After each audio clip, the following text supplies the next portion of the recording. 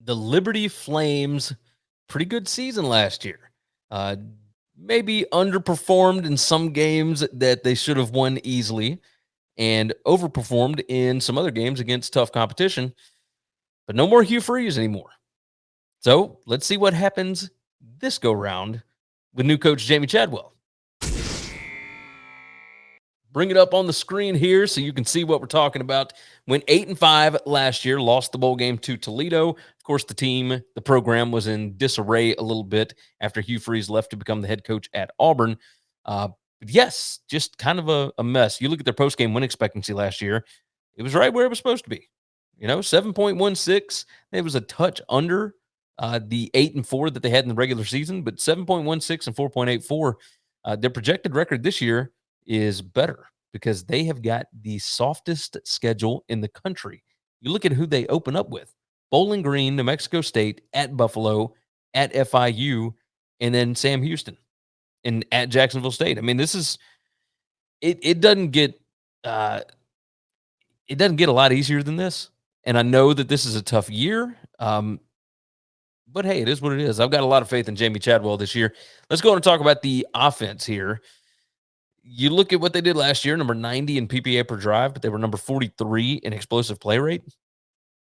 I think that Bennett or Salter is going to be able to run Chadwell's option-based offense.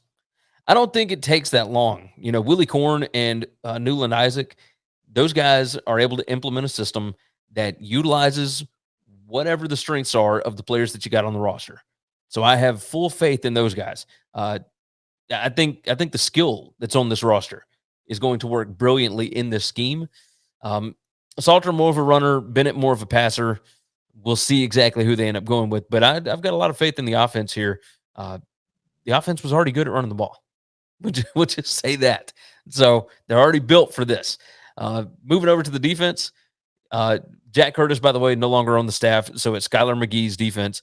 They're replacing 7 starters on defense, but they're on top of that, they're losing a ton of guys. They had to bring in some transfers. They lost 2 guys that combined for 41 tackles for loss last year. I mean, it's just tough. There's not a lot of proven disruptors. They do have a talent advantage over almost everyone in the conference.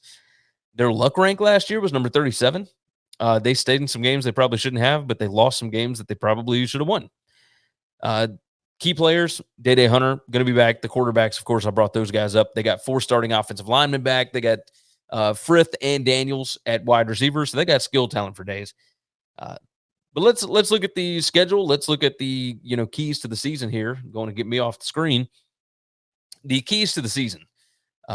Jamie Chadwell went 31-6 at Coastal the last 3 years, and he comes into a conference where he already has the advantage. This is the strongest program in the conference already. So I would think talent advantage, etc. I believe in this much. Defense was really good last year, by the way, but again, you're losing a bunch of guys. So we'll see what that does. Again, easiest schedule in the country. Like it's almost not even close. The win total is set at 9. I'm going to go over it. I see where they could lose at Western Kentucky. That's a difficult one. But you get Louisiana Tech at home. Buffalo, I think that Liberty, by the 3rd game of the season, could be in a position to be better than Buffalo. I've got them losing at Jacksonville State. But at the same time, I mean, even if they win that one, maybe they lose to Middle Tennessee. Maybe you lose to Louisiana Tech or somebody else. Like, they're stronger than everybody else on this schedule. The question is, of course, how quickly can Chadwell's coaching click? That's the biggest question. So my record prediction here is 10-2. I think the ceiling for this team is probably 12-0. Like, they could win at Western Kentucky. They could win at Jacksonville State. There's a lot of teams in this conference that are going to have defensive issues.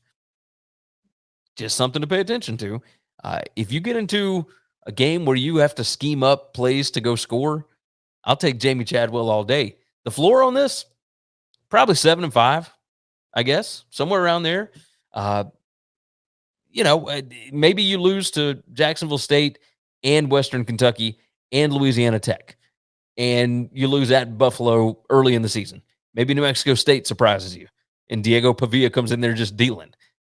Possible, but I would imagine since that's a week 2 game, that's going to be a bit of a revenge spot for the players that are still on the roster from last year, considering New Mexico State just wiped the floor with them last year, like 49-14.